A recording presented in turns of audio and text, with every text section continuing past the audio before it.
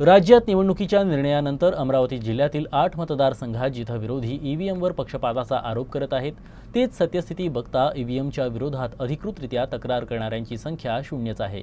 ईव्हीएमवर आक्षेप घेण्याची शेवटची तारीख उलटून सुद्धा अद्यापही कोणी ईव्हीएमवर आक्षेप घेतला नसल्याची माहिती समोर आली आहे। अमरावती, बडनेरा, अचलपूर, मोर्शी, धामणगाव, तिवसा आणि दर्यापूर विधानसभा मतदारसंघातील निवडणुकीचे निकाल 23 नोव्हेंबर रोजी जाहीर झाले। या निकालानंतर काही उमेदवारांकडून ईव्हीएम बाबत आक्षेप घेतले जाऊ शकतात। त्यामुळे निवडणूक आयोगानं आक्षेप नोंदवण्यासाठी एक प्रक्रिया ठरवून दिली आहे। त्या प्रक्रियेनुसार उमेदवारांना आक्षेप दाखल करता येतो। निवडणूक आयोगाच्या निकषानुसार पराभूत झालेल्या दुसऱ्या आणि तिसऱ्या क्रमांकावरील उमेदवारास एकूण मतदान केंद्रांपैकी 5% केंद्रांच्या ईव्हीएम मशीनच्या पडताळणीची मागणी करता येते।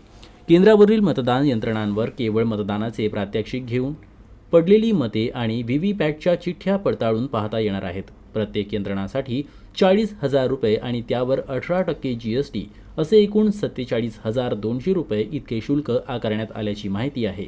उमेदवारांना आक्षेप नोंदवण्यासाठी 29 नोव्हेंबर 2024 ही डेडलाईन देण्यात आली होती। शेवटच्या दिवशी अमरावती जिल्ह्यातील कोणत्याच उमेदवाराने आक्षेप घेतला नसल्याची माहिती आहे।